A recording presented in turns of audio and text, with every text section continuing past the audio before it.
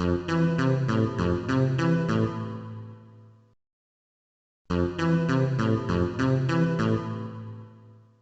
move now to our fifth and final paper of this panel, Controlling at Home from Abroad, Faroese and Greenlandic Representatives in the Danish Parliament, with Mette Marie Stæhr Harder and Halabera West. So yes, this is a paper I wrote with Halabera. It's called Controlling at Home from Abroad, and we look at the Danish Parliament and the Faroese and Greenlandic representation within the Danish Parliament. And as we all know, parliamentary control is, of course, a very important ingredient in legislative studies, especially in the Danish Parliament. I would say controlling the government is actually what they do. And so this is just, a very important topic in general. And as you also know, much has been written on national parliaments' control of government in various ways, for instance, on all the different tools that they use.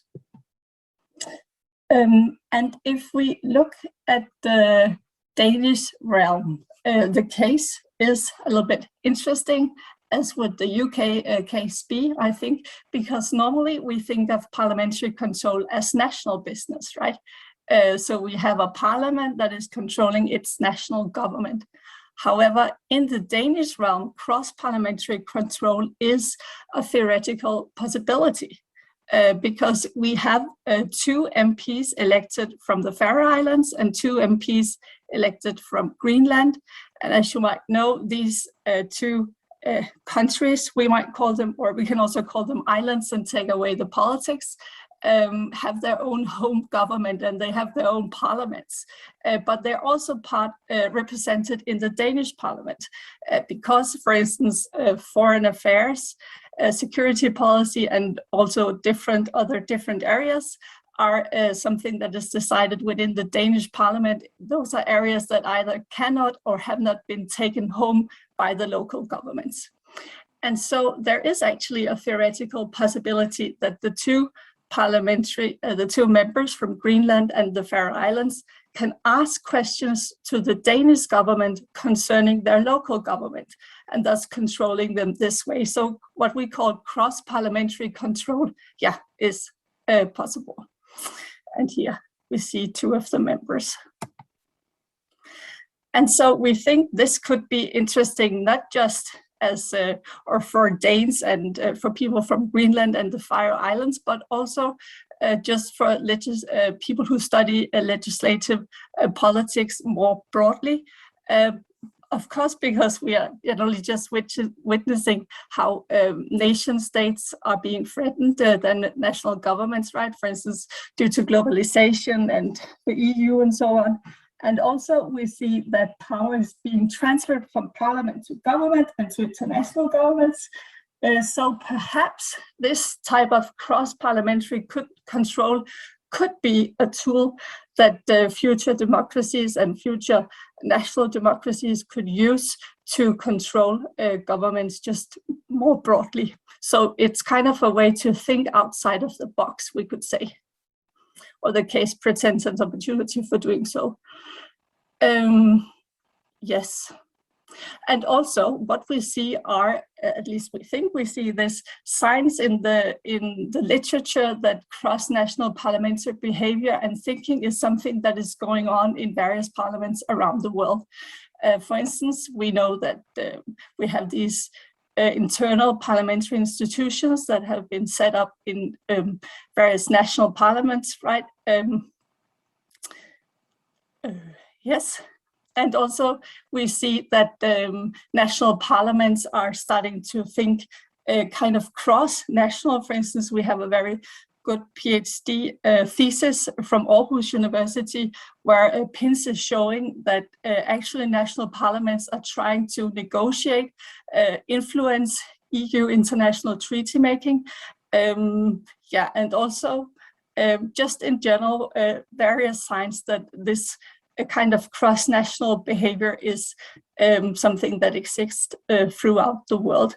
And also, since we are experiencing new government institutions in the so-called peripheries, way back in Aruba and in Greenland, but more recently in the former Dutch peripheries, we can actually also say that this type of cross parliamentary relations that we have in the Danish case and in Greenland here is something that might happen in other places. So yes, just to sum up, and I don't think I will use time doing this here actually, just this is an interesting case. So let's see what is going on. Therefore, we study how and to what degree do North Atlantic members of the Danish Parliament use parliamentary questions to control their government at home. And so we study, is it something they do? How much do they do this? Also, who does this? Which of these members do this? And how is it done? So we have 3 research questions. And we study all the parliamentary questions that are posed to Danish ministers by North Atlantic members while they are in opposition at home within the past, most recent 15 years. And of course, the reason we only look at those who belong to parties that are in opposition at home is because we know it's particularly these members, or it's that tend to want to control the government, right? So it's kind of the most likely sample that we are choosing.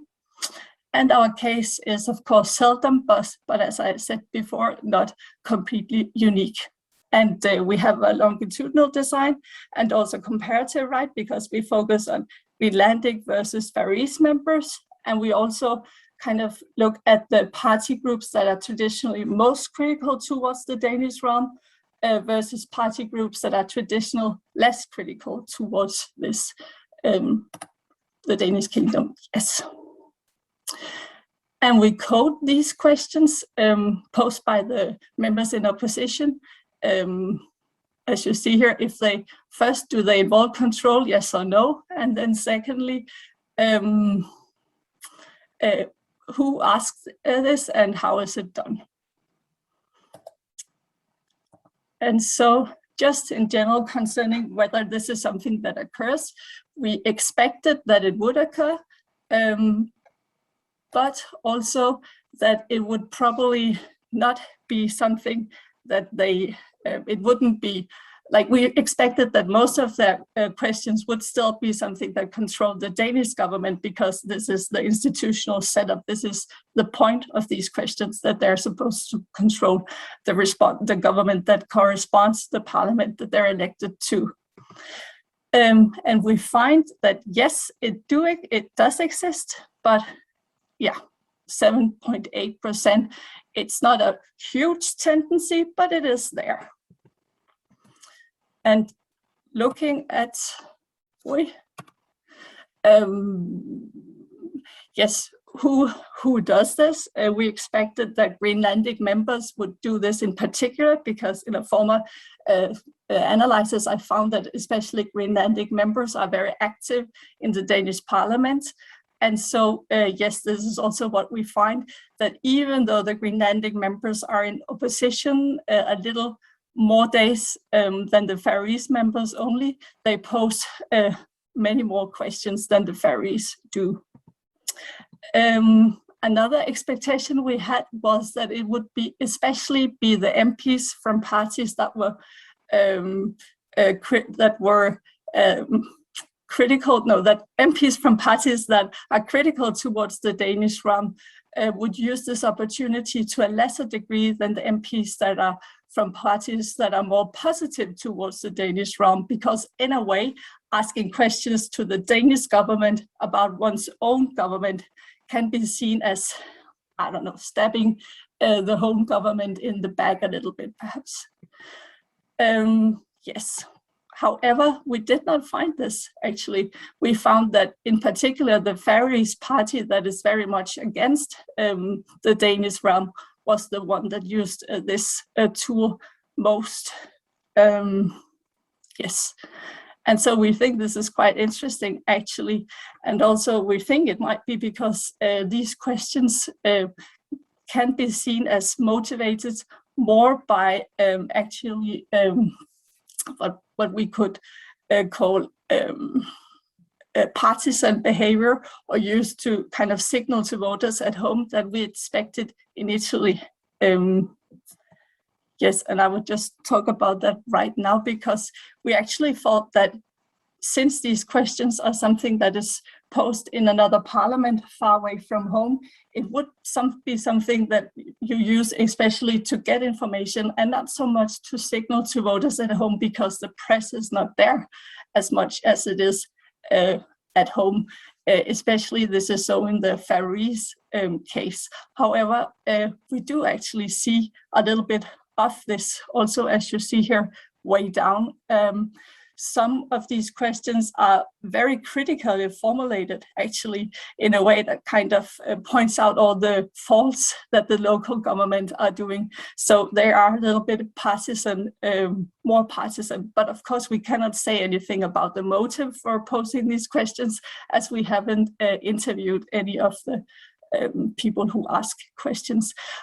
But just again, just at a large scale, most of these questions are definitely focusing on extracting information about the government at home. And some actually are very smart in the way that one question does actually control two governments, both the Danish and the local government. Also, another just general tendency is that many of the questions relate, of course, to what we call gray responsibility areas, which are areas in which it is not 100% clear if it's the Danish or the home government that has the responsibility.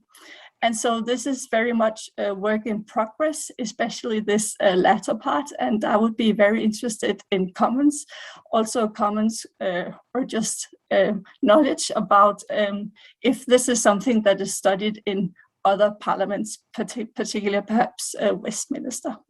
So thank you.